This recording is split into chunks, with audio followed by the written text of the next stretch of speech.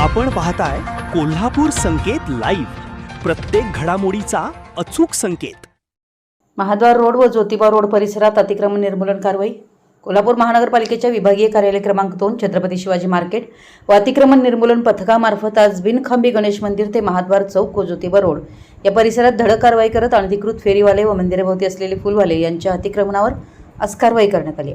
या कारवाईमध्ये 8 लोखंडी पाईप, 1 लोखंडी टेबल, 1 बुके टेबल, 1 मोठी छत्री, 2 लोखंडी जाळी, 1 स्टँड बोर्ड, 1 काउंटर व इतर साहित्य जप्त करण्यात आले। तसेच ज्योतिबा रोडवरील मंदिराच्या भोवती उभारण्यात आलेले 13 फुलवाले स्टॉल, 3 बेंटेक्स स्टॉल, 5 ओटी स्टॉल काढून टाकण्यात आले। या कारवाईमध्ये विभागीय कार्यालय क्रमांक 2 छत्रपती शिवाजी मार्केट व अतिक्रमण निर्मूलन पथकामार्फत कारवाई करून ती निष्कासित करण्यात आली। महानगरपालिकेच्या ठराव क्रमांक 83 दिनांक 18 मे 2026 नुसार अतिक्रमण कारवाई दरम्यान जप्त करण्यात आलेलं अनधिकृत साहित्य संबंधित व्यवसायधारकांना परत न देण्याचा निर्णय घेण्यात आला असून आज जप्त करण्यात आलेले साहित्य कायमस्वरूपी जप्त करण्यात आले।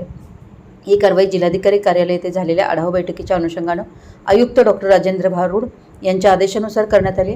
आजची मोहीम उपायुक्त किरणकुमार धनावडे यांच्या मार्गदर्शनाखाली राबवण्यात आली। या कारवाईमध्ये सहाय्यक आयुक्त स्वाती दुधाने, उपशहर अभियंता सुरेश पाटील, कनिष्ठ अभियंता सागर शिंदे, संजय नागरगोजे, अतिक्रमण प्रमुख प्रफुल्ल कांबळे, कनिष्ठ लिपिक सजन नागलोत तसेच अतिक्रमण अग्निशमन दल विभागीय कार्यालय क्रमांक 2 कडील कर्मचारी व जुन्या राजवाड्याकडील पोलीस कर्मचाऱ्यांनी सहभाग घेतलाय।